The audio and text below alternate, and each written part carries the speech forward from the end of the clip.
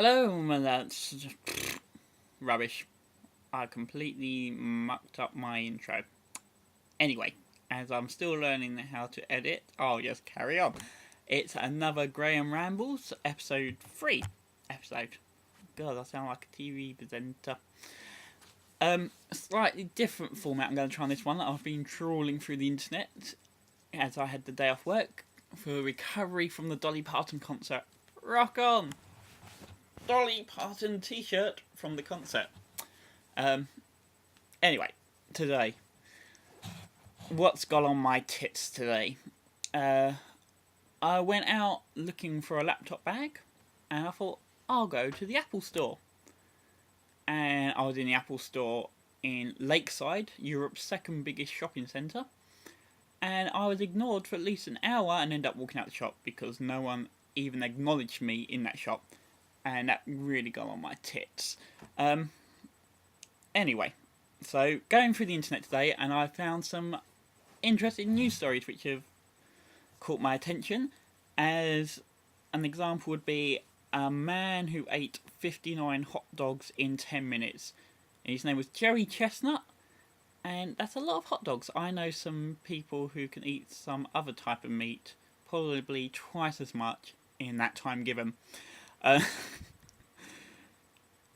that would be man meat. Yes, all over their face and their hair. The other one was also in America. Was a man that decided to have a childhood dream and travel by balloon 235 miles across his home state, which I think is a really odd thing to do when you'd want to put a lot of helium balloons onto a chair. And all he took with him on his trip was a GPS thing, so I'm guessing a TomTom, turn left at the next cloud, or he took an air gun, a blowpipe, and a stick.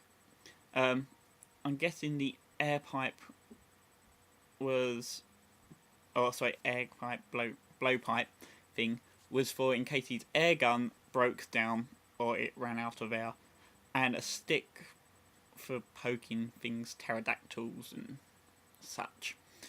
He also took with him some chocolates and eggs. I don't know what you would do with eggs when you're up that high. I don't know, go past egg someone's car who's below you or something similar. I'd take cream eggs myself because they're quite tasty and make a lot more mess and hurt a lot more if you got hit by a cream egg. Other thing I thought was a bit odd was something I thought I'd name Tomb Raider. A 70-year-old woman has given birth to twins in India. She said it was, where is it? God's gift to us because they wanted a boy. The fact they had it by IVF means I don't think it was God's gift at all.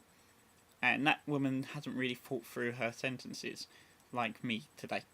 And she wanted a boy. They wanted a boy. They already had 2 girls, and they wanted to have a boy because they wanted someone to look after their property, because girls can't do that apparently, and plus a toddler, I'm guessing, when they die, when they go kick the bucket, about another 10 years, so it's going to be a 10-year-old boy. It's going to look after their estate when they kick the bucket. I just don't think that's right, because they don't really know what they're doing. We also, I wish I was watching a rugby match in New Zealand on Sunday afternoon. They had 4.5 minutes of hardcore porn. It was straight porn, but still got willies in it, which is fun in my book anyway. And there's been some complaints saying my children could have seen that porn. If they look under their kids' beds, I'm sure they'll find a selection of porn, straight, gay, and possibly bestiality, because they do like lambs in New Zealand. And hobbits, lots of hobbit sex. Oh, you frisky little hobbitses, get back in your hollows. This one's a little bit more closer to home. 3 boys died, teenagers, one of them was 15 I think, in a car crash in Essex, which is where I live in the UK. And they were driving in a getaway car, it was one of the boys' cars, and it crashed into a tree while they were being chased by the owner of a kebab house, because they didn't pay their £15 for their kebabs when they drove off. and they all died in the car crash. And they're trying to blame the kebab person in his car chasing them for causing the accident and the death. I would say that's just plain stupidity, and I think it's their own fault for not paying for a kebab, and that's a bit of harsh justice, but still justice for stealing a kebab. Anyway, you wouldn't want to eat a kebab because you only relive it in the morning, so luckily I hope they didn't eat a kebab, otherwise they'd be reliving it for an eternity. Over in Tokyo, hiya!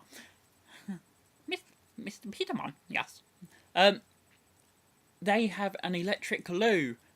Two things I think which really shouldn't be mixed is electricity and water, especially if you're going to be peeing into that water, because that could be really uncomfortable and you end up with like a static shock on your willy, which some people might find exciting. I don't know if I would, but I know there are some people in the world who do like electro-torture as a fetish, which I just find a little bit bizarre, but I suppose you've got a plug socket, stick a fork in it, and you can sit on that. It also has a built-in stereo hi-fi, a radio-controlled electric seat, a seat warmer, and a bum washer. We had a bum washer when I was on holiday. It's called a bidet, be a bit more classy. My aunt used to have a bidet. She had no legs though. So I guess that made the problem in wiping your bum with toilet paper. But no, I would alternatively, I think I could still possibly manage that if I had no legs. If I had no arms, slightly different. And I remember when I was very little, because she died when I was very little, we went around her house and I thought it was a drinking fountain. And there I was drinking out the bidet because it squirted water right up, and that was great fun. Also, I had the police around my house again tonight. God, they don't leave us alone. And I wish I'd send a fit-looking bloke rather than some blonde woman, because I don't want to look at a blonde woman, and the bloke stayed in the car. Perhaps I scared him off. They wanted some form they dropped off for my dad to be filled in, but he's away, and I've got to fill in some form and pretend I'm my dad, or do it on the phone or something like that. But they should send more fit blokes around. I quite like the handcuffs as well. Ooh, who doesn't?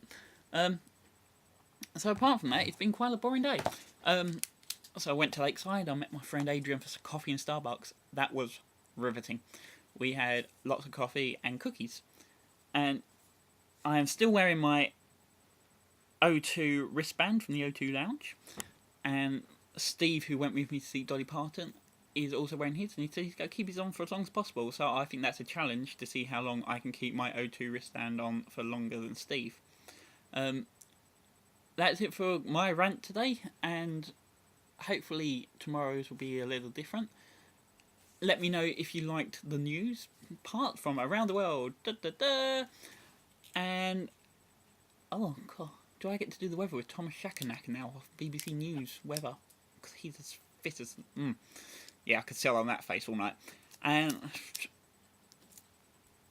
I'm looking forward to doing some more. Let me know what you think. Please put comments up on the